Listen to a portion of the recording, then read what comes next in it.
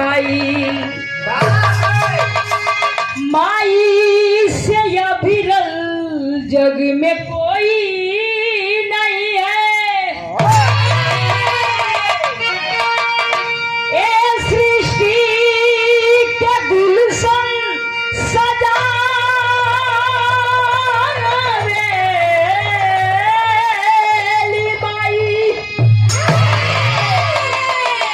उस देवी को नमन निस दिन कैलाश करे अपने आंचल में झूला झुलावे निमाई।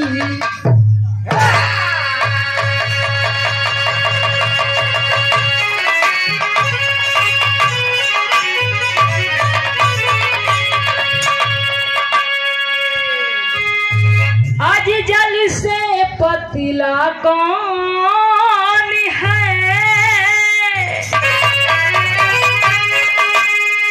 जल से पतीला कौन है, आज जल से पतीला कौन है, कौन भूसे भरी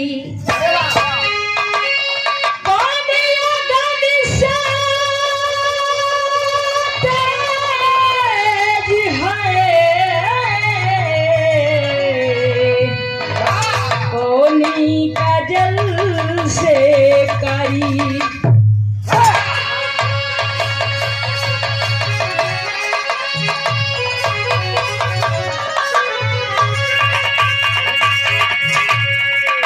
जल से पतीला ज्ञान है,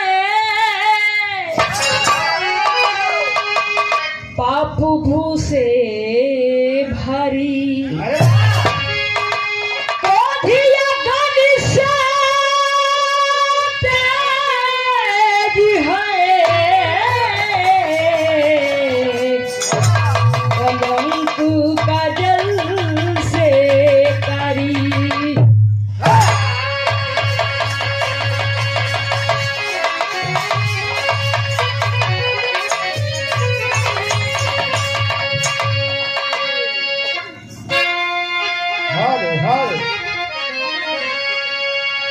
शारदा भवानी रखा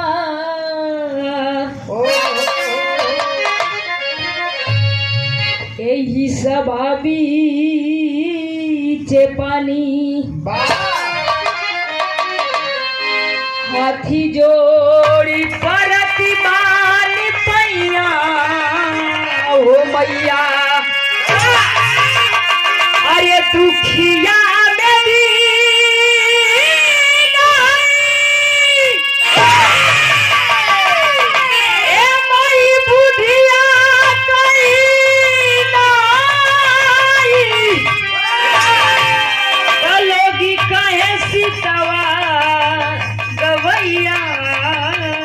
हो मैया।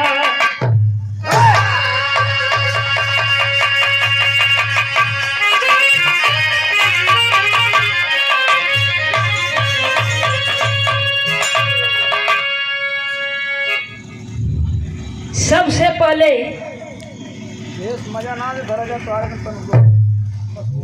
इस चुनार को धरती को मैं कोट कोट नमन करती हूँ। अरे वाह, घराती पक्ष एवं बराती पक्ष, विराह के श्रोता सज्जन, पिता तुल बुजुर्ग, नौजवान साथी, नन्हे मुन्ने कर्णधार बच्चे, माताओं बहने, आप सभी के चरणों में मैं गायिका सीता सावरी राजभर अपनी पूरी पार्टी की ओर से तहे दिल से हार्दिक अभिनंदन वंदन स्वागत करती हूँ। और बगल के मंच पर विराह के ही बहुत सुंदर कलाकार हमारे बड़े भैया, आपको आपकी पूरी पार्टी को मैं तहे दिल से हार्दिक अभिनंदन वंदन स्वागत करती हूँ।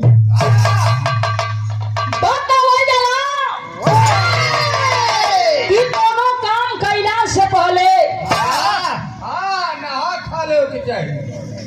कि इनसे तू आगे हुआ।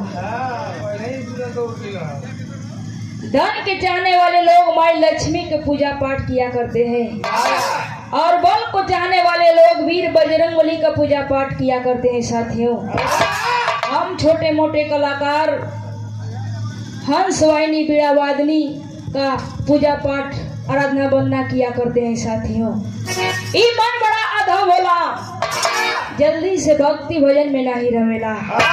जब रम जला तो जल्दी से ध्यान नहीं हटेला बाबू। तो 5 मिनट का माता रानी का वंदना हो जाओ। चलिए मास्टर।